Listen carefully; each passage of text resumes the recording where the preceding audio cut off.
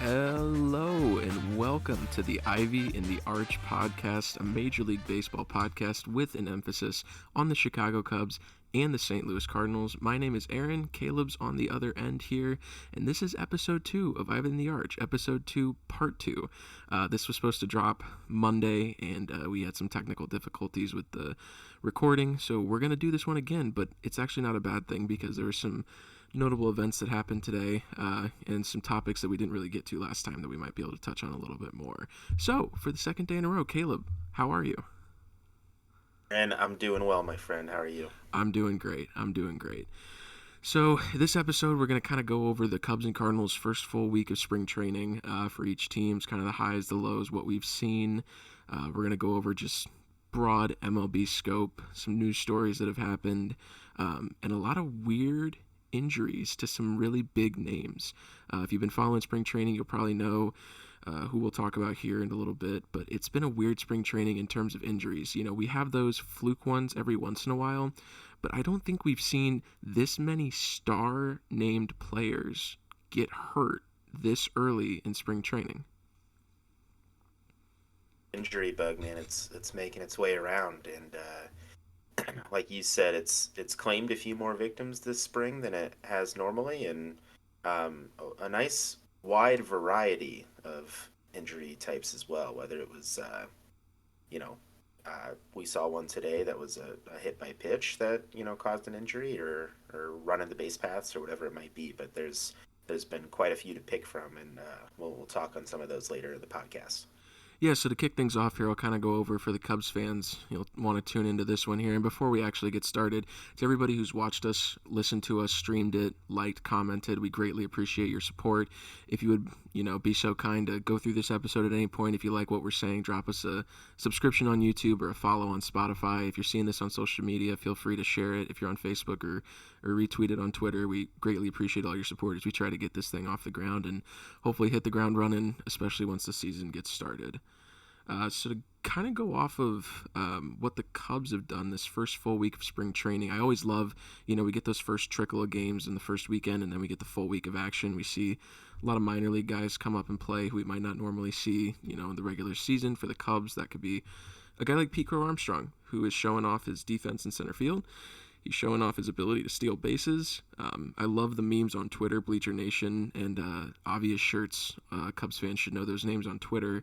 They always seem to be pulling a gimmick on Pete Crow Armstrong's last name, and his arm is strong in center field, so they were playing it off of that. He had a nice stolen base today in their game. And so I replied on one of the tweets. I said, Pete Crow, doesn't matter if the catcher's arm is strong. So there's plenty of opportunities there to wordplay off of that. But yeah, the first full week of spring training was pretty eventful for the Cubs. I'll kind of start off on the topic of injuries. Seiya Suzuki, the outfielder from Japan that we signed last year to a 5-year deal, bulked up this offseason. If you've seen any pictures of him, you probably noticed he looked a lot bigger than he did at one point. It was reported he put on roughly 20 pounds this offseason, and he looks the part. And as guys get big and put on that kind of muscle, usually an oblique injury tends to happen, especially to baseball players, and unfortunately that's what happened to Seiya before he really got into any game action. Pretty early on in spring training, it was reported that he was dealing with an oblique issue. He had to pull out of the World Baseball Classic, which is a huge deal for these guys, and I can't imagine, that coming around, getting so excited to represent your country, and then having that taken away from you from just a weird fluky injury. He had talked to the media about it, and he had said that he was relatively surprised at the injury, that it had just started bugging him that week, and that it was a very, very unfortunate decision that he had to pull out of the World Baseball Classic, which us reading through the lines on Twitter, we were kind of reading that as it may not be as serious as it was described. I believe it was described as a moderate strain of the oblique with no real timeline. Doing some my own non-doctor digging on Google, WebMD, and whatnot, it looks like those strains can go from anywhere from 5 to 6 weeks before they start seeing action again. We're hoping it's shorter than that. We're hoping it's a short stint on the DL because we need his bat in the lineup. I thought he did great last year adjusting to Major League pitching. Even though he was hurt at a couple points, I think he was primed for a pretty big year Considering the bulk up, I thought 20 home runs, wouldn't be off the table, and it might still not be, depending on how much time he misses. Again, Well, hopefully it's I not a heard lot. an interesting stat about Byron Buxton Oh, last year that he did. What was it? 28 nukes in less than 100 games. So it's definitely doable if you have the power there, and clearly Sega Suzuki really bulked up this offseason. I think he's got the arm strength for it.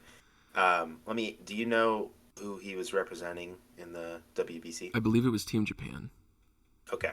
it was 'Cause I, funny because he was talking openly about how he was planning to invite Shohei Ohtani to the Cubs next year as he is I an think impending free I agent. think Lars Nootbaar kind of beat him there, man. So he might have to. I Saw that think on Lars Twitter. Nootbaar took that characteristic attitude, and he's trying his best to recruit. I don't know why Bill DeWitt is not opening the wallet for uh, $500 million to Shohei Ohtani, but thanks, Well, Lars. I appreciate the support anyway. with all the money that the Rockies sent along with Arenado and the fact that he didn't opt out of his contract after seeing Manny Machado opt out and command another hundred and something million on top of what was left, I think DeWitt should probably open up the checkbook just a little bit. The I Padres, they didn't even try. They probably could have gotten the Rockies to pay some of Machado's salary. It's so annoying. It's so I annoying. know the Rockies love paying for third basemen to be on other teams You know that what? are If all stars. if the Rockies want to send Chris Bryant back to the Cubs in a big fat wad of cash, we got a nice, gently used, hot as iron David Bodie that we could send you, Colorado. I mean, It's who needs absolutely going to happen. who needs I don't a know about this year or next year, but Chris Bryant is going to be on the Cubs again. I Looking hope up I hope so. I hope so. But yeah, I mean, who needs a reunion is Rockies? waiting to happen. Rockies, why do you need a versatile former MVP All-Star who can play almost every position? He's a little too expensive. David Bodie, he's only making $5 million this year. Chris Bryant, he's making like 20 something. Just we'll take him. We'll take him back gladly. Open arms, Chris Bryant. If you're listening, come back, please. Waive no trade clause. So yeah, with him being out, that kind of opens up the outfield picture a little bit. It kind of also moves Trey Mancini out of the first base equation for the time being, probably more into permanently right field. We'll probably see a lot more of Hosmer, unfortunately, and Hosmer. Mancini's moved until Hosmer's DFA'd. I don't think Hosmer's time on this. Temporary move. I don't think his time on this team is very long. He's on a league minimum deal because the Red Sox and the Padres, actually the Padres, are paying all of his remaining 3 years of his contract after the trade last offseason. So it would be really easy to just cut bait for him. For the time being, though, I think it might be a little harder with the Suzuki injury, given the Cubs a little more depth there at first base. Might not be a bad thing, especially if Hosmer can hit lefties. But you're going to see a lot more of Hosmer. You're going to see a lot more of Edwin Rios, Patrick Wisdom if he's healthy, more so than you probably would at this point with Suzuki in that lineup. But besides, with Suzuki being out, Mancini probably being the everyday right fielder, if I had to guess, that kind of opens the door more for some of the younger outfield guys. Nelson Velasquez is a name that was up a lot last year. He did okay. Never really had time in AAA. I think he's had a really slow start this spring, and it wouldn't be the end of the world if we were to see him spend some time at AAA. And I'm looking at his stat line now, not including today's game. If he played on Monday, he is 2 for 13 with 8 strikeouts. So that screams option to the minors to start the year for me. You think Velasquez over Chris Morel? I think both of them are going to go to AAA to start Even the with year. the Seiya Even injury. with the Seiya injury. I think Mike Tauchman, a name that probably nobody recognizes, he was a non-roster invite, which basically means the Cubs signed him to a minor league deal with an invite to the spring training camp just to see if he could earn a roster spot. He's bounced around the league a little bit, but he That's is Yankees legend Mike Tauchman. Yankees legend Yankees Mike legend Mike Tauchman. Tauchman. He has had himself a relatively good spring, probably surprising more people than expected. As of what I'm seeing here, his last numbers updated, he has been 6 for 10 with 8 total bases. He swiped a couple bags, and he just seems to be grooving, which if Velasquez is struggling, I think it's a no-brainer to give Tauchman a chance on the opening day because, again, he's on one of those league minimum deals. He'd be easy to DFA if he slumps and like another guy like Morel or Velasquez gets hot. But yeah, I said Velasquez was struggling, batting a buck 54. Christopher Morel also batting a buck 54, 7 strikeouts in 13 at bats. That was a trend we saw him have last year. Towards the end of the year, he was striking out a ton, not really hitting for power. So it wouldn't surprise me to see him start the year in AAA, which is a place that he's never actually stepped foot in. He was called straight up from AA, and Oh, you I know think I knew that. that seems to be a lot. It seems to be the trend more so with these prospects who are either last minute call ups or guys that you might not have heard of who have been performing well. AA is kind of known as the big stepping stone for prospects to make the jump because the pitching is so much harder down there. AAA is kind of more of a, if you can't hit in the majors, we're going to put you here, or it's kind of our arsenal for our optioned out relievers or our, veteran guys on minor league deals to be waited to be called up if we need them, or career long, minor league guys to kind of have a spot to play up on that AAA team.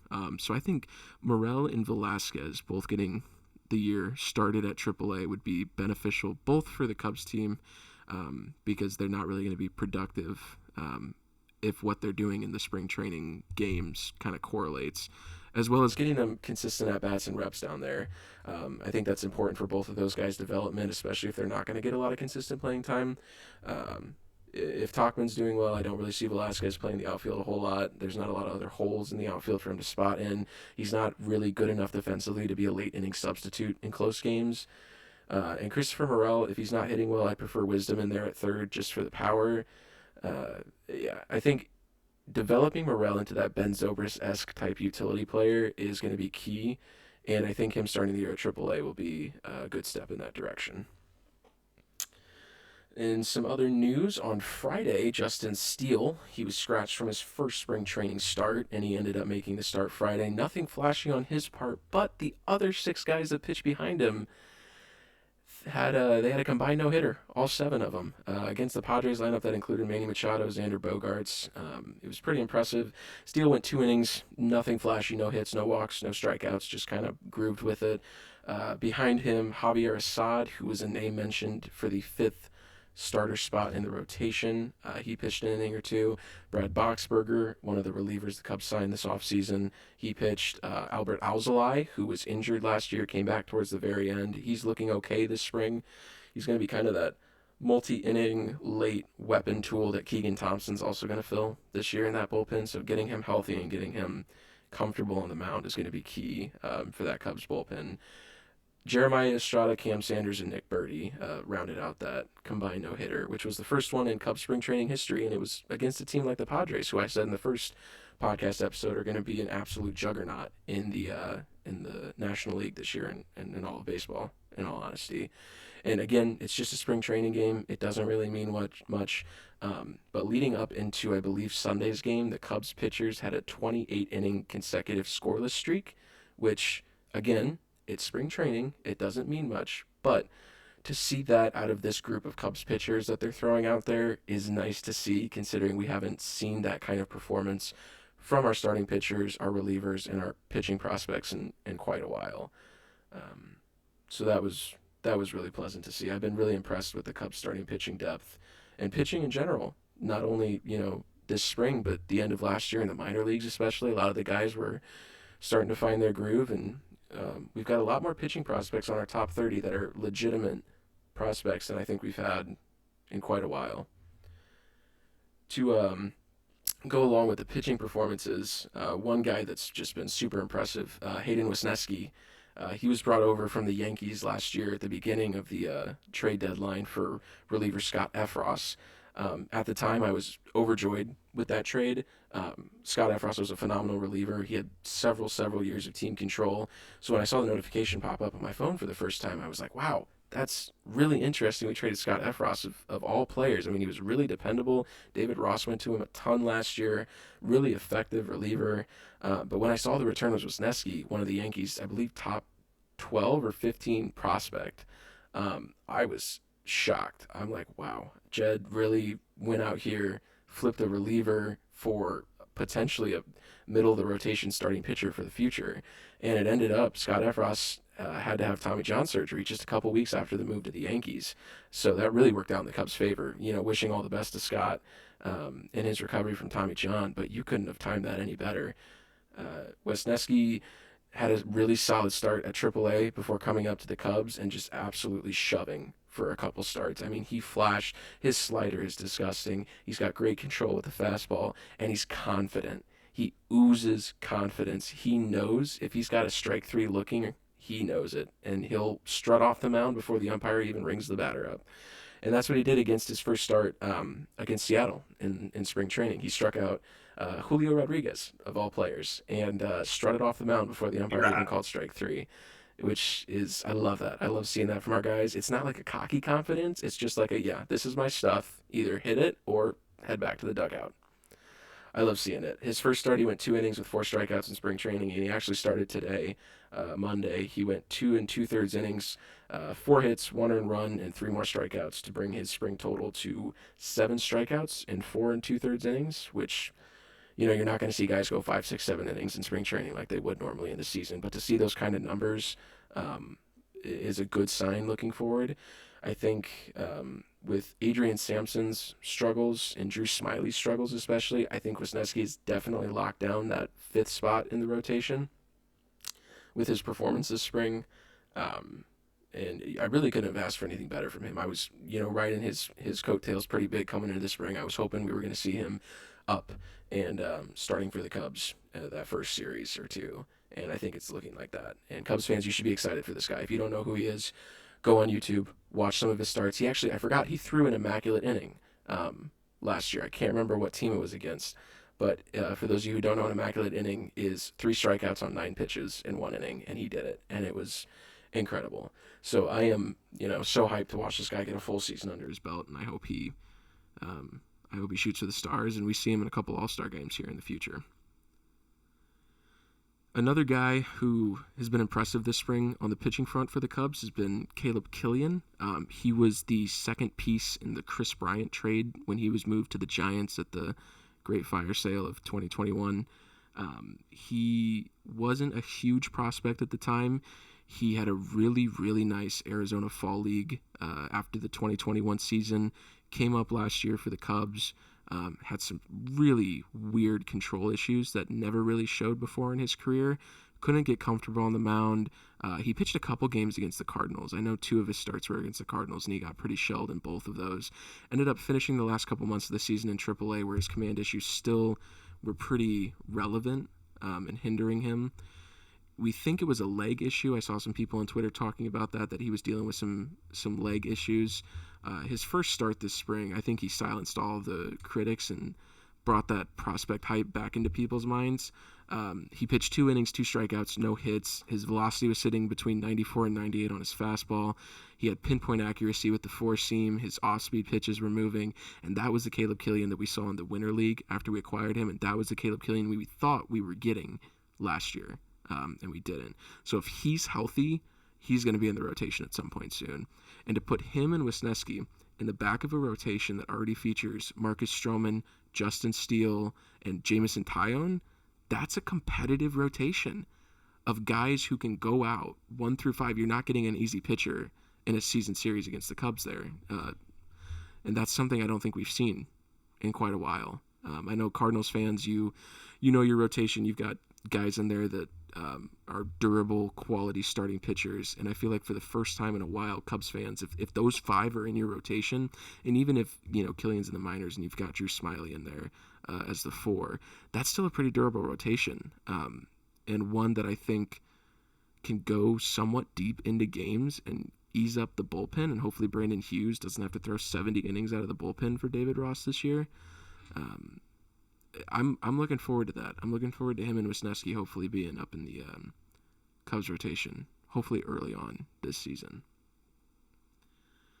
Marcus Stroman also had a pretty strong start to the spring. He's off to the World Baseball Classic to support Team Puerto Rico, I believe he's playing for this year, which was an interesting choice. I know he's got his heritage over there. He was a big part of the winning team, I believe, in 2017 when Team USA won. Or was it 2017? Or was it? Yeah, 2017. 20 was canceled. That's right. So he's off to the World Baseball Classic. He had to start strong spring. I'm not super worried about him starting out. Stroman's going to be Stroman. I think his ground ball play is going to be a lot more efficient this year, especially with Dansby and Nico up the middle. I'm hoping he kind of relies on that sinker a lot more, as he said early on in spring training, that sinker's going to be sanking this year, I believe was the quote. And I hope that's the case because he's got a great infield defense behind him to back that up. Jameson Taillon, another great start to the spring training, 4 2/3 innings pitched, 6 strikeouts, 2 earned runs. He looks comfortable. He's going to be a workhorse in the middle of that rotation. And that's about all the good that we've seen out of the starters. We've got a couple ugly spots here, and it's 2 of the rotation guys, or at least 2 potential rotation guys.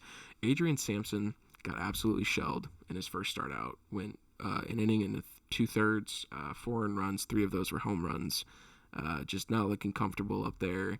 He, Wisniewski, and Javier Assad were publicly stated as 3 options for the 5th rotation spot. And with Assad not really getting a starter workload and Sampson struggling, like I said earlier, I think Wisniewski is probably that lock for the 5th spot, and that's honestly the best case scenario. And then Drew Smyly. This one kind of surprised me. So the Cubs brought back Drew Smyly last year. They declined his mutual option to start the offseason. They brought him back on a 2-year, I believe, $18 or $19 million deal to kind of bring some depth to the rotation. And he has struggled hard this spring. 4 innings pitched, 11 hits, 5 earned runs. Very minimal strikeout numbers. Not looking comfortable. I'm hoping this is just kind of one of those pitchers working through mechanic things in the spring. We see that all the time. It's common for guys not to have, great spring trainings.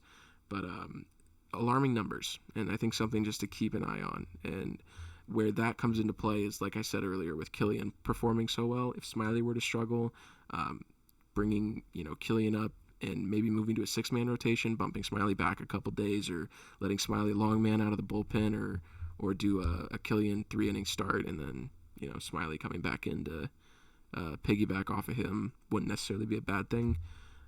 Yeah, just something to look at. Again, it's the first week of spring training. We're going to see these kind of starts. We're going to see these kind of games. It's going to come and go. On the hitter side of things, I'll wrap this up here. David Bodie, one of the hottest hitters on the planet, a name most Cubs fans might have forgotten about after last year. He had dislocated his shoulder. He was out for quite a while, spent most of the year in the minor leagues. When he did get back, came up for a little bit, didn't really hit too well, but he is on a tear this spring. 8 for 13, 5 RBIs, 1 home run, and only 1 strikeout. And David Bodie's kind of a strikeout guy, so that number surprised me there. He's really taken his plate appearances. He only has 1 walk as well, so he's not working the walk. But that 8 for 13 number is pretty impressive for him. He wants a spot on that roster, and I think there is one for him. The Cubs' infield situation right now, looks like Hosmer. You've got Trey Mancini if he is in the infield. You've got Horner at second. You've got Swanson at short, and then your third base mess, whatever you want to call it, is Wisdom and Rios. Bodie could fit in there if you didn't want to play Rios or move him on to the 26-man after spring training.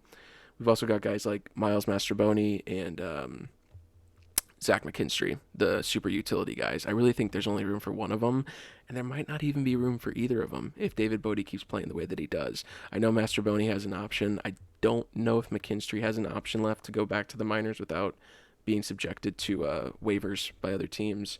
But with the spring that David Bodie is having, I almost think it's a no-brainer to put him on the opening day roster. Or trade him. Colorado has a hurt second baseman. There's a lot of teams that might need somebody like David Bodie, and I think the Cubs would be willing to eat most of that contract too to move on from him if another team would give something of a value in return. I said before, Mike Tauchman having a good spring. I think he's the lock for that 4th outfield spot, 26-man. And then Nick Madrigal, interesting story. He, because of Nico moving to second and Swanson being at short, they're playing him at third this spring. He's hitting relatively well. He's not walking a lot, which I'd like to see more of. He's made plays at third, but to me, from the videos I've watched, he seems to have to be straining himself. He's no Nolan Arenado picking everything over at third base. I do worry about those high line drives with how short he is. I don't really know if he's going to play well over the course of a full season at third base, if that's his primary spot. But again, I don't think there's any harm in trying him there just to get that bat in the lineup, especially if Wisdom is not really healthy. With Wisdom, you're probably getting a 2 strikeout game pretty much guaranteed. So if you've got a pitcher that tends to give up a lot of contact, putting Madrigal at third base and just risking those, liners over to him, it's going to come, I think at that point just to get his bat in the lineup. I don't think he's a AAA player. I don't think sending him to the minors to start the year is going to do anything good for him besides playing time at second base. But to that point, why would you go send him to AAA to play second base if he's not going to play there in the majors? And if you're sending Morel down to second or to AAA, his primary position is third base, which is where I think he would play in AAA. So there's that logjam there already.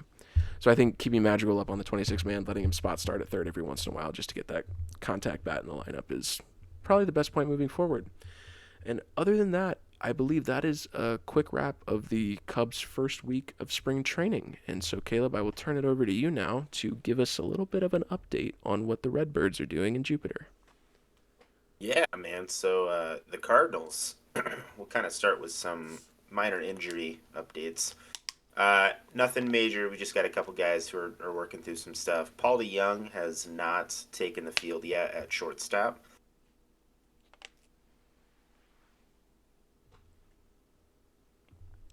Arm fatigue, I read. So um, I would assume it's a throwing issue. That's why we haven't seen him out there yet.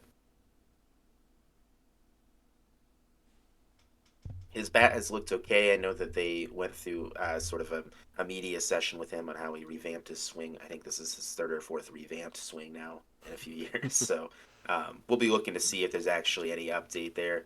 The issue with DeYoung is I just don't know when that playing time is going to come. You have Tommy Edman, who's one of the, in my opinion, one of the best and most underrated shortstops in the league. Never seems to get that level of respect that I think that he rightfully deserves. He could have been in the conversation for Gold Glove. I fully agree with you there. Uh, I would fully argue that there, rather.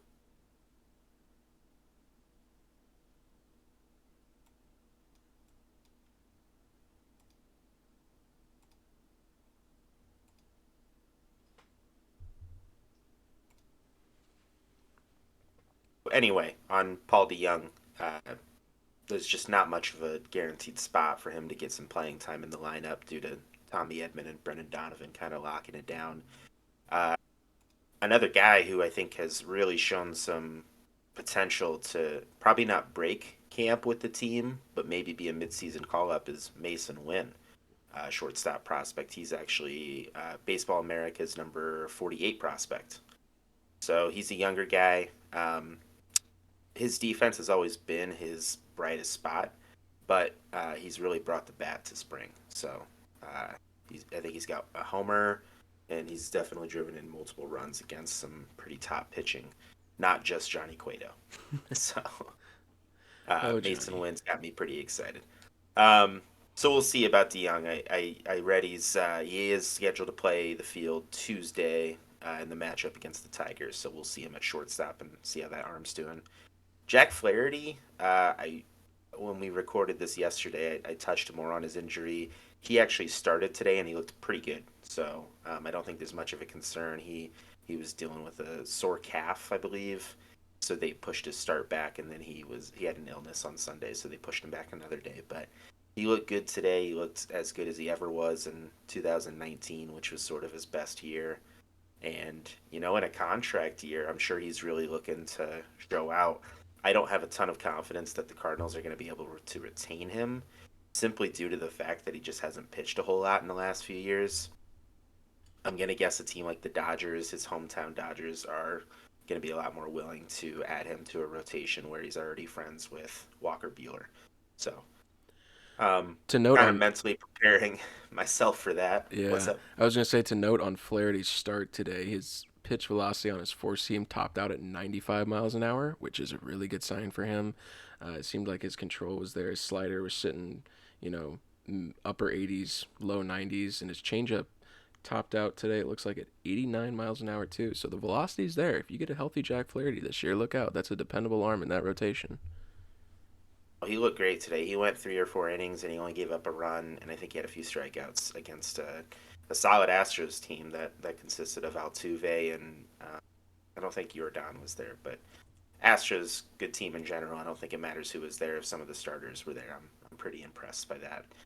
Um, Speaking of velocity, in a more negative note, Adam Wainwright has struggled through his two starts so far with keeping that fastball velocity up. He always has his curveball to rely on and his off speed stuff, and I'm pretty, confident in that. It's his ability that he's getting shed or absolutely shelled right now by opposing hitters on that low fastball. He has not broken 87 miles an hour yet. I know he's had sort of a finger injury that, or a blister is what they're calling it, that he struggled with, but I don't know. You're entering age 41 season, and I think at some point it does catch up with you. So we'll have to see if that's something that'll carry over. Thankfully, in his case, he is going to the World Baseball Classic for Team USA, so we're going to see a lot of him starting this upcoming week, and I think we'll get a better idea of if that's truly a consistent thing that we'll have to watch throughout the season, or if it's just something he's working through in spring. They're calling it mechanical issues. I think that's just all proper term stuff. They don't want to, mislabel it as something wrong, but um, I don't know. He's getting old, so it wouldn't surprise me if he's just lost some on his fastball. I don't think that's that wild of an accusation. No, it's not. Uh, we'll just kind of go with Team USA anyway. We also got Miles Michaelis joining Adam Wainwright this week and for Team US. On the flip side of things, Michaelis has looked pretty good. Uh, he's had two outings so far. In his last one, he only gave up 2 hits, a walk. He did have 3 strikeouts and he threw 38 pitches. So they're still working on gearing him up. But I think in his case, as well as Wainwright's, they don't want to overuse them because they're going to get plenty of work in at the World Baseball Classic.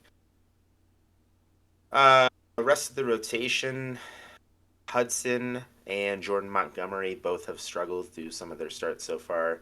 Um, Hudson is still somehow a victim of that pitch clock. It's, and for a guy who spent a lot of time in AAA last year where they did incorporate the pitch clock, I'm surprised with how many violations he's had called against him. And when it's not that, I think it's also contributing to his command. So um, Hudson's going to have to clean that up and stop hanging those curveballs, man. That's all I can ask for. Get the ground balls, let your gold glove infield just do the work for you. You don't have to do too much. He is hanging way too many curveballs trying to get strikeouts, and it is really going to bite him if he doesn't clean that up. We've seen the two Cardinals pitchers who have those nasty curveballs, Adam Wainwright obviously being the one who has one of the most recognizable curveballs in all of the game, but too, Jack Flaherty today threw a couple pretty nasty knuckle curveballs that just seemed to buckle the hitters and kind of throw them off their game there. So I wonder if Hudson's maybe trying to work that into his arsenal a bit, but like if what you said is true, maybe let's leave the curveballs to the people who actually know how to throw them effectively. Well, some of the pitchers on the staff, they have some nasty stuff, man. This Cardinals rotation, I think, has been discredited a lot more than what's probably fair to criticize them on. They are an aging staff, but it's a lot of veterans, and you have a lot of experience not only in the regular season but also the postseason there. Michaelis has made plenty of starts in the postseason in his time with the Cardinals. You have Wainwright obviously has made plenty of postseason starts. So it's some guys who have some good leadership and control over that team. It's just always going to be a question of health and whether they're healthy or not. One guy who was out for the majority of last year was Steven Matz, who's here on a pretty cheap deal for what pitchers are getting paid right now. Matz actually pitched today, and he went 3 innings. He was perfect through those 3 innings. He had, I think, 4 strikeouts. Mm-hmm. It may have been 3, but Matz looked really good. He followed up Jack Flaherty's performance, and again against a pretty solid Astros squad. I'm not too disappointed with that for his first appearance this spring. I'm So looking at the Cardinals depth chart here on Fangraphs, and especially the 2023 projections. All but one of your rotation members is projected to have an ERA under 4. Wainwright's the only one projected to have one above 4. Something that I noticed that was interesting too when you brought up Matz, he was hurt last year. Didn't really pitch a whole lot and was ineffective when he did pitch. They haven't projected a 3.72 ERA going into next year. So I'm wondering if the people who are making these projections see him as coming back pretty healthy, and if he does what he did today in spring training, I could see that ERA or even lower. yeah, again, a lot of this I think is based on a lot of these pitchers just have really good ground ball stuff. That's been the case with Dakota Hudson his entire career. I know they brought Steven Matz in because of his ability to get ground balls. they have this defense. It's got to be one of the best defensive infields in baseball, if not the best. You got Nolan at third, Goldschmidt at first. Those guys are picking it and making plays all the time. And I already talked about Edman and Donovan. So is it a little bit weaker when you bring in a guy like Nolan Gorman, on a day a righty's throwing and you want to get that lefty bat? Sure. But I also think second base, you kind of have the most expendability, I suppose is Yeah, the word I'm looking good for. flexibility over there. Yeah, that's the position where if you do have somebody who's in for, their bat over their defense, it's going to be that position that you want it. So, um, that's why they brought these guys in. They brought them in because their defense can make those plays. So, we'll have to see with this rotation. I mean, there's obviously a lot of ways that things can go wrong, but I do think that things can go right with this rotation. It's a lot of veteran presence, and you just got to play the season and see how things turn out, see what injuries pop up, and how guys are fatigued. I'd also be curious to see how Michaelis and Wainwright are, affected by the World Baseball Classic and how those extra innings on their arms will affect them come September That's the when you're same in a way. pennant race. That's the same way I feel about Stroman. I'm not necessarily worried about him. He's more of a workhorse. But if he were to get hurt, this is kind of where the Cubs' depth in terms of Wisniewski and Killian performing gives me a little bit of comfort, knowing that we've got guys who can step into that role. I talked about it in the first episode with the Cardinals and your guys' pitching depth, and you were talking about Hudson's struggles. Does that worry you at all? With your pitching depth, if one or both of those guys were to potentially get hurt in the baseball classic? So my opinion right now is that Hudson is the guy who's on the outside looking in already. I mean, you have Wainwright, you have Matz, you have Michaelis, you have Flaherty if he stays healthy, and uh, who am I forgetting? Is Hudson the fifth guy? Libator? Yeah, or Liberatore. So I mean, you do have a couple of pieces right there. You also have to look at, they had not Jordan Walker, Jordan Hicks Yep, stretch out for some starting last year. And no, that's not my first choice, but he can do it. he can do it. Yeah. So if they want to go like a Rays bullpen game kind of approach at starting a game, they have the flexibility to do that. Yep. One guy as well who pitched a whole lot last year, I think he had some of the most innings on the entire team, was rookie Andre Palante. Mm-hmm. So while Palante is not slated for a rotation spot, and it's honestly not my preference for him to be, I'd rather him be in that, okay, your guy's getting shelled in the second inning. We need someone who can pitch 3 or 4 innings. That's what Palante is there for. So if you had to do a piggyback situation where you're starting Jordan Hicks and then letting Palante go in the second or third inning, I think you have to do that. You have to be flexible enough to let that happen. Yeah.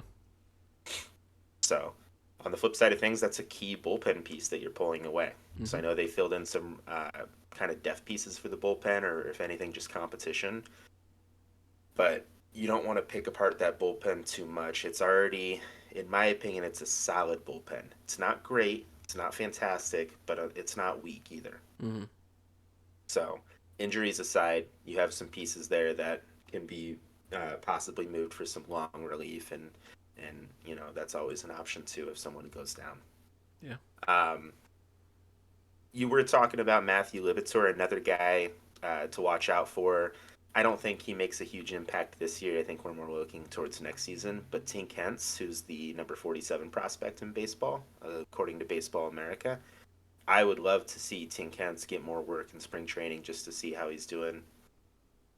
He, through today, he looked pretty good. He was pretty consistently over 95 miles an hour. And we're talking about another 20-year-old guy Yeah. in addition to Jordan Walker, who I haven't even started on yet.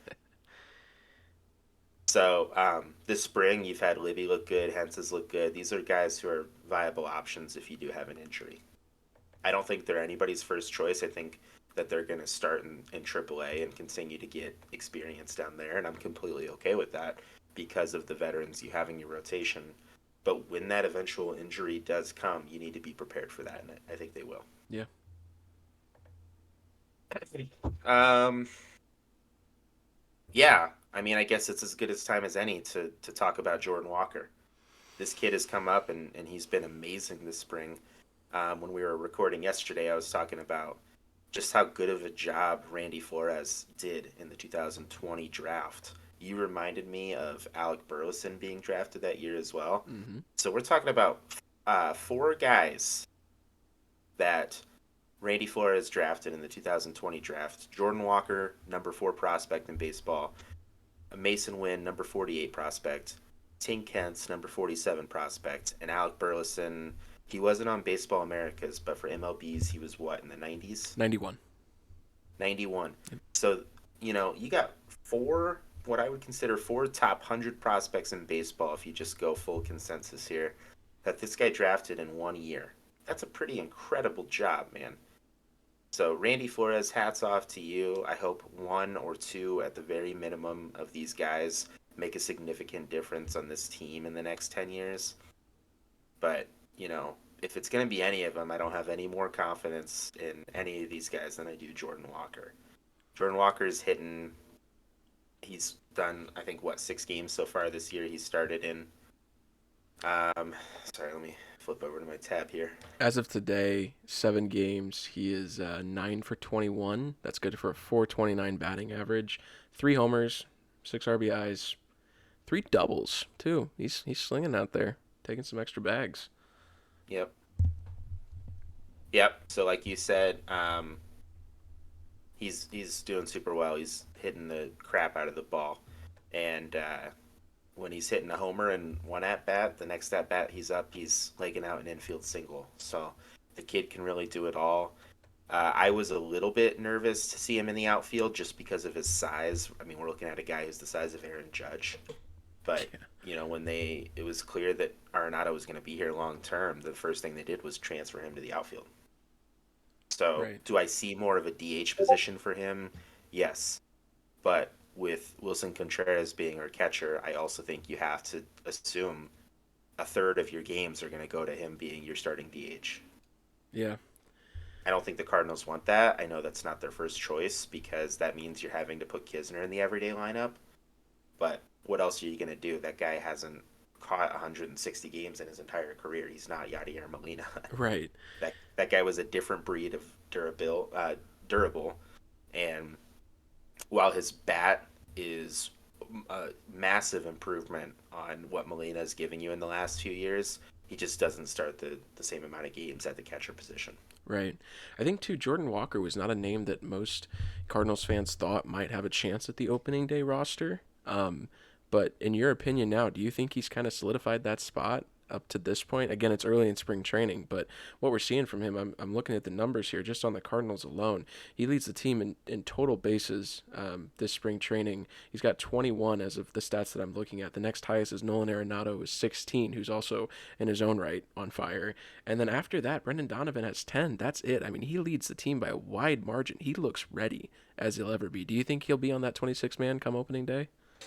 Well, of course, I'd love to see it, but you got to think about who this team is and who this organization has always been. And I got to be honest, as much as I admire the job John Mozeliak has done in, keeping this team afloat and never having to rebuild, that kind of happens because he's super smart in his decisions. If it means that he has to keep Jordan Walker down for a month and a half in order to protect a year of his service time, I think he might do that. Well, to counter that point, I'll say, though, with the CBA, the collective bargaining agreement that was issued last year, MLB kind of, almost put a stop to that in a sense. If you bring your prospects up and they finish top 5 or 10, or it's 5 or 3 in Rookie of the Year voting, your team gets a draft pick for that.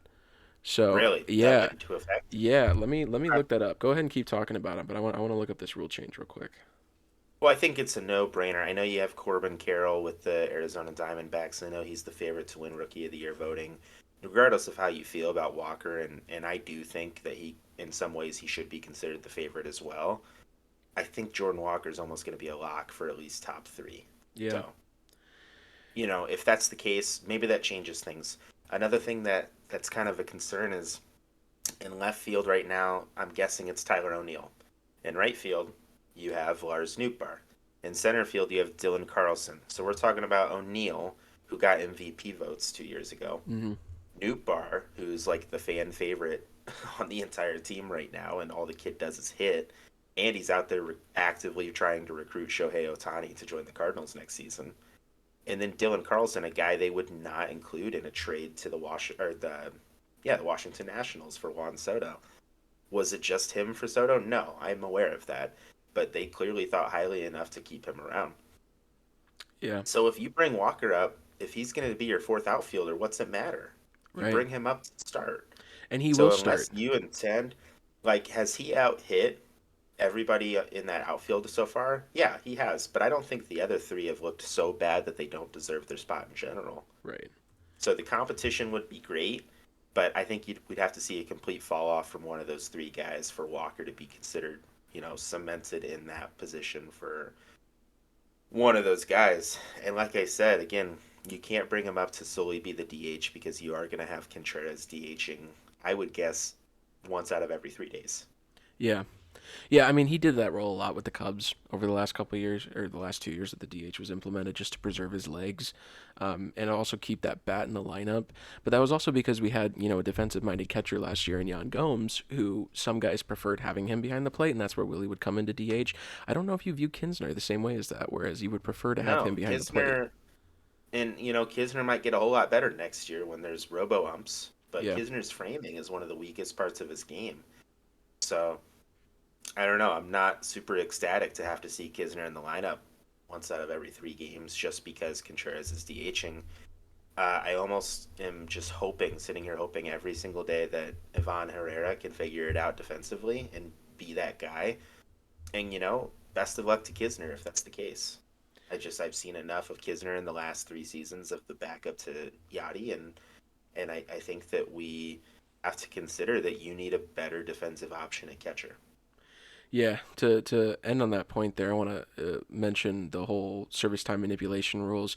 So when the CBA was finalized back in 2022, before we almost lost baseball for the year, one of the things that they really heavily addressed was the service time manipulation. Cubs fans, you'll remember an example of this being Chris Bryant. He had a phenomenal spring training the year before the Cubs brought him up. They sent him down to AAA to start the year, just until the day after he would be brought up onto the major league roster and be 1 day short of having a full guaranteed year of service so that they could retain an extra year of control on him. That was kind of not necessarily done away, but there's incentives now for both the teams and the players to get their guys up now. So, for example, the top two finishers of Rookie of the Year voting in each league are automatically awarded a full year of service. So, I believe I try to remember who won it last year. Was it Adley Rushman or Julio Rodriguez? One of the two. One of those guys was awarded a full year of service. It was And then J Rod, I believe. J Rod, yeah. And then secondly, teams that promote top prospects from their opening day rosters will be awarded draft pick compensation should that player finish in top three, Rookie of the Year, and/or top five in Cy Young MVP voting. So there's incentives for Okay. teams. I mean, I don't think it's worth the extra year of service if you know they're going to ball out one and they'll help your team reach the postseason, which should be the goal of every single major league organization. You bring him up, you let him play, and then if he plays well, he gets compensated fairly for that, and your team gets a draft pick in return, and you lose nothing in that sense. So Yeah. that's pertaining to that Jordan Walker situation. I hope that the Cardinals see that, and if they truly believe that he's ready, give him a shot. Could work out beneficially Yeah. for both sides. Don't get me wrong, man. I would love to see that. They run this team like a business. That's how they've always ran the team. And, and they did this with Gorman last year. Okay. Yeah, Now, we're not talking about the same guy here. I'm aware that Walker is hitting way better than Gorman did last spring. But that's what they do. I think they could take advantage of a situation where they can benefit directly by having this guy around another extra year, and that will sit poorly with that player. You yeah, can't tell me that Chris Bryant didn't think about that through 2015, no, through 2016, yep, through 2017. As he's winning MVP awards, you can't tell me that he wasn't a little burned by that. 100% was. It's very well noted he was. I'll go ahead and wrap up the Cardinals segment here with one last thing. And we talked about this yesterday, but this whole situation with CB Buckner and Oliver Marmol has just gotten completely out of control. For those who don't know, CB Buckner and Marmol got into it last summer during a game. There was a bad strike called by Buckner, no surprise there. And Marmol came out to defend his guy Arenado, who was probably about to get tossed, and they got into a big screaming match about how Buckner's time is up in the game, and Marmol said some stuff that Buckner clearly is still thinking about. And this spring, their first game that Buckner was behind the plate for a Cardinals game, Marmol comes out to shake hands, clear the air, bury the hatchet, whatever you want to say. Buckner refuses to shake his hand. So now you have a situation where MLB had to investigate it. Um, I did see that since then, since that MLB investigation, Buckner and Marmol did shake hands. So there you have it.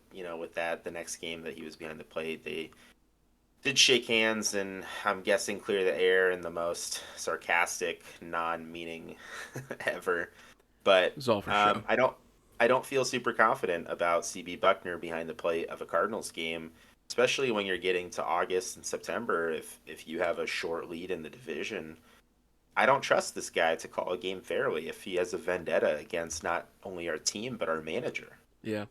So that's something that I don't know that I haven't seen that a lot before, where an umpire has been, I wouldn't say vocal, but physically showing his distaste and a uh, representative of a team like the Cardinals, like Marmol is. So Yeah. I don't know. I guess we'll kind of see what happens. I think the first game you play where Buckner's behind the plate and there's a call that negatively affects the Cardinals, I think we'll all just bring up, oh, well, he's just doing it on purpose because of this whole altercation. Right. Well, every single decision that he makes anytime he umpires for the Cardinals, and especially when he's behind home plate, is going to be under a microscope. And anything that he does wrong is going to be there's pointing fingers at. Well, he hates Marmol, so he hates the Cardinals, so he's going to call this for the other team, out of spite. When in reality, it's most likely not going to be that way. As much as these umpires show their animosity, a lot of times they are professionals and they do, bearing some named umpires, try their best to be good at what they do. I don't think we'll have an issue with that, hopefully, this year with them, but that is something to watch and to keep an eye on if mistakes were to be made.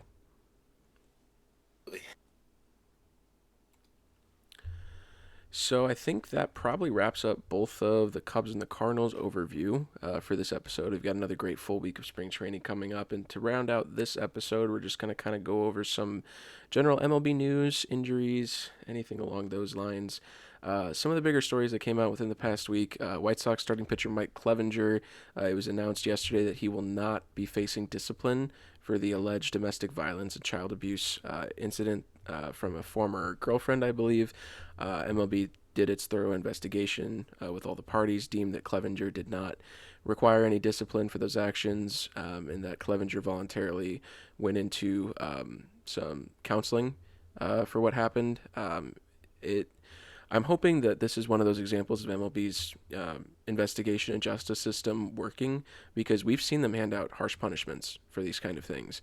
And the fact that this was a pretty big name pitcher and a pretty big name accusation and nothing came out of it, the fact that we've seen those big suspensions before means that MLB really does their research and knows what they're doing. I'm hoping in this instance that they did their research, they truly found nothing, and that the parties can just move on from this. I don't know how that White Sox locker room is going to be. I hope if he is truly innocent that they all just kind of, move on from it, embrace him, and get their season underway. That was a big storyline. The pitch clock was another one. My first thoughts on it are it's going to take some adjustment. We're already seeing guys rush their deliveries. We're seeing guys have all these violations and all these little weird ones that are going to get worked out before the season started.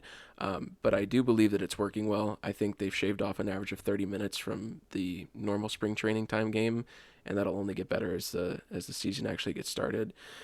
I think it's great for the game. I think it speeds up the pace of play. The fans seem to like it. A lot of the vets seem to really like it too, which is good. What are your thoughts on it? I like it. I've been vocal on my few concerns. I think that those are things that'll get worked out as the season goes on. The issues that you're running into right now with calls happening during the windup or calls happening far too late for basically anybody's own good. Um, I would like to see that kind of officially ironed out. Not too far into April. This shouldn't be affecting games too much. So, on the flip side of things, because it is spring training, I don't think a lot of guys care too much about these calls where automatic balls or strikes are being called. But once this is an official game where it really does matter, I think we'll start to see more arguing between players and umpires. And I believe I read somewhere that the pitch clock is not going to be a thing in postseason baseball, and that's probably for the best, especially the first year that they're doing Really? this. Um, But yeah, for all you baseball purists out there who want to see less changes to the game, and for anybody who may not understand exactly what the pitch clock is, it's basically if there are no runners on base, the pitcher has 15 seconds from the time the ball is received back to him to get set and throw the pitch. If the pitcher does not throw the pitch by the time that the 15-second clock is up, he is issued a ball to the count. So if it's a 3-2 count, the pitcher fails to pitch by the time the 15 seconds are up. It's an automatic ball for a walk for the batter. In turn with that, the batter has until the 8-second mark to get both of his feet set in the box and ready to go. If he does not have both of his feet set and ready to go by the time that 8-second mark passes, he is issued a strike. So that could be pretty deadly if it's a 1-1 count that changes the whole momentum of the at bat. If it's a 1-2 count, it's an automatic strikeout. I think it's fine. I think it's good that we get these guys in the box ready to go. I do think it's unnecessary. All the step outs, the redo your batting gloves 5 times, whatever else it may be. Well, today, Hosmer of the Cubs, he was called a strike. He was in the box, but 8 seconds had come and passed, and he was still down, looking down into the ground, kind of digging his cleat in and out, like kicking in, like guys tend to do. So, and there, I think the umpire was saying that he didn't give the pitcher enough time to sort of get set and pitch when he was ready. So that's just another example of one of those kinks that they'll have to work out. Yeah. Another thing on top of that, pitch clock is that if there is a runner on base, the pitch clock goes from 15 seconds to 20. So the batter still has to be ready at 8 seconds, but the pitcher has an extra 5 seconds to get set with looking over to the runner on first or third or wherever they may be. I think it's good. I think it's going to be good for the game. That and the pitch comm is also helping the little devices that the catchers and the pitchers are wearing to relay signs electronically into headsets. Speeds up the game. You don't have to drop signs as much. It smooths things along and it prevents sign stealing. So if you got a runner on second, it's a lot harder for them to steal signs. They won't know what the catcher's dropping. Catcher could drop some fake ones just to make them, be faked out or whatnot. I think it's good. I think it's good for the game, and all those kinks will get worked out by the time the season gets started. And we'll see a little bit throughout, but it's going to be good for the game overall. The shift restrictions are another storyline in spring training. For the most part, I haven't really noticed a whole lot of it, besides a clip I saw on Twitter of Joey Gallo. They found a way to shift around him where they moved the left fielder all the way to right field. And to me, that's a little more extreme shifting than what's previously done to him. So I hope that loophole kind of gets resolved. I think having invisible alignment lines for your position players, especially in the outfield, might not be a bad thing to keep everybody where they need to be. Provides more offense, requires flashier plays, diving plays in the outfield, showing off, the true athletic prowess of these Major League Baseball athletes. I think that'll be good. And then honestly, the biggest storyline that I've been following this spring is not one that I want to follow, and it's all the injuries. I touched on this when the podcast started, but we have a lot of big name players who have gone down relatively early. I've got my little list here. Tyler Glasnow, starting pitcher for the Tampa Bay Rays, who was hurt majority of last year, I believe, with Tommy John surgery, came back towards the end of the year, especially for the playoffs in the Rays. He had an oblique injury, and his timeline was established. He will be out 6 to 8 weeks. It's a pretty big blow for that Rays organization. I said before, Seiya Suzuki with his oblique injury. Joe Musgrove, this was a weird one. He had a weight room accident where a weight was dropped on his foot, broke his foot or a couple toes, and he's out for a few weeks. That's just a freak injury. Nothing you can do to prevent that. And if I was a Padres fan, I'd be pretty bummed to know that my number 2 guy is out on a fluke. But I said it in the first episode, the Padres have a lot of depth in the pitching department. I think they'll be fine until Musgrove is ready to ramp up and come back to that rotation and dominate the NL like I expect the Padres to do this year. The one that probably hurts the most to look at, Gavin Lux, shortstop for the Los Angeles Dodgers. Dodgers fans are kind of spoiled with shortstops in the last couple of years, going from Corey Seager to then acquiring Trey Turner to play shortstop, a generational talent. And Gavin Lux, non-contact injury to third base. He tore his ACL and is out for the entire 2023 season, which is absolutely brutal to see. Young guy finally getting his full shot. He Just a brutal non-contact injury running to third. Not something you want to see. Wish him all the best. Brendan Rodgers, second baseman for the Colorado Rockies, dislocated left shoulder with significant capsule tear. Surgery was possible, definitely on the table. The first opinion they got from the doctors, I believe, said season-ending surgery. They were searching for a second opinion because they don't necessarily want to see him out all year. But another young guy who was starting to prove himself. Just brutal, potentially seeing two of those guys out for the whole season. A week into spring training. Vladimir Guerrero Jr. Was removed from his game on Friday with a knee injury, pulled out of the World Baseball Classic.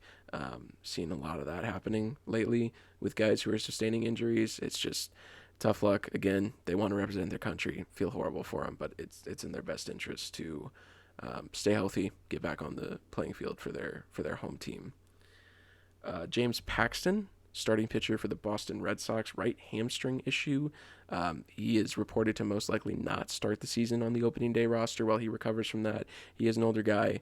I'd give him the rest that he needs to kind of build back up. And Red Sox need all the help they can get this year. And so to lose him would be pretty brutal at this point. Andrew McCutchen was hit by a pitch in his left hand, was being evaluated by the Pirates medical team. Haven't really heard much of an update on him. I do believe he'll probably end up on the DL, even if it's just for a short period of time to start the season. Justin Turner today, this one was scary. If any of you saw this clip from Monday, Justin Turner was hit by a pitch in the face in his at-bat today in spring training. Immediately went to the ground, was actually taken to the hospital by an ambulance after the game. The last update that I saw on him was that he is stable and alert, but there's nothing really else going for him. Those are so scary situations. I mean, anytime ball's coming up and in, you kind of gasp if you're watching the game, but when you see somebody get hit like that, there's nothing you can do in that. You got 90 plus miles an hour coming out your face. It's not much you can do there. Wishing him all the best and a speedy recovery. Justin Turner is one of the good guys in the game.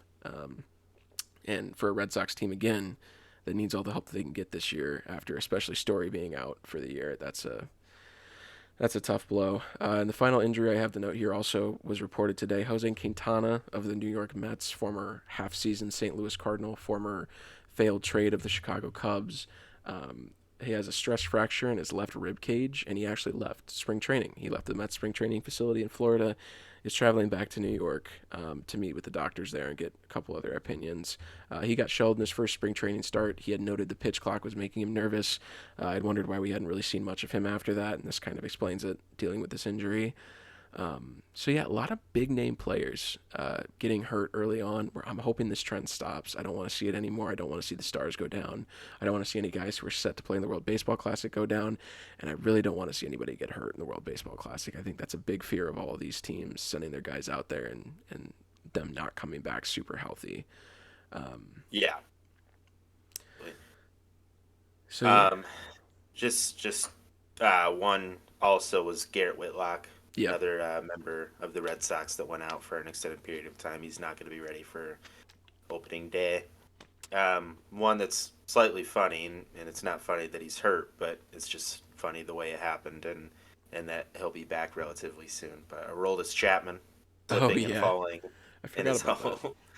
So he's got a split lip and a cracked tooth, but they say he'll be back and ready soon with that big beard that he hasn't been able to have for a while. I think we'll end this episode here on a note, and I'm going to talk to you Cardinals fans specifically. Every single one of you needs to go to Hallmark, go to Walgreens, go to CVS, and find sympathy, apology, something cards, and get Johnny Cueto's address in spring training, because what you guys have done to that man is just unfathomable. Johnny Cueto has had 2 spring training starts, both of them against the Cardinals, getting absolutely shelled. And it's just not fair. He's a good guy. He can't shimmy anymore. And he goes out there and gets rocked 2 starts in a row by the Cardinals. That's tough. Hey, man, it's payback for basically ending Chris Carpenter's career back in 2011 or 12 or whatever it was. That's true. That big Johnny Cueto Cardinals-Reds brawl. I hope he Chris comes Carpenter back. became a victim. I hope he pitches against the Cardinals this year at Busch and throws a perfect game and shimmies on the last pitch before the strikeout. But yeah, you guys need to apologize. That was brutal. I'm gonna pull up the numbers here real quick just so you can hear it. Johnny I'm ready. Cueto has had 2 starts so far this spring, both against the Cardinals. His first one, 2 innings pitched, 5 hits, 5 earned runs. The second one against the Cardinals, which included a Jordan Walker moonshot, he pitched an inning and 2/3, 6 hits, 6 earned runs. Brutal ERA sitting at 13.5 for spring training. Again, I said it this episode a lot. It's just spring training, but yikes, Two of Walker's 3 home runs come against Cueto as well. So Johnny, he's got his number. I'm ready to face the Marlins this year. Johnny, Johnny, Hopefully it's Johnny. Cueto and not Sandy. That would Not be nice. Yeah, not the reigning Cy Not Young, the reigning Cy Young. could have been a Cardinal reigning Cy Young, but Was a Cardinal. stuff happens. Trades Thank you, happen. Marcell Ozuna. Because that worked out. That worked out swimmingly. I We can't. I would have can't really never talk. seen Marcell Ozuna leaping off the left field wall if it weren't for that trade. Nope. You are welcome, baseball Twitter. Well, I think that's it for episode 2. I really appreciate everybody who's tuned in and made it this far. If you have, drop a like, subscription on YouTube, follow us on Spotify, stay tuned on our socials for all of our updates. Our Twitters are listed below here in the graphic. Feel free to drop us a follow to see our flaming hot, awful good baseball takes. I tweet a lot, so you'll probably see me in the comment sections of a lot of these major news reporters' tweets. But thank you again for watching. We look forward to seeing you next week, and peace out.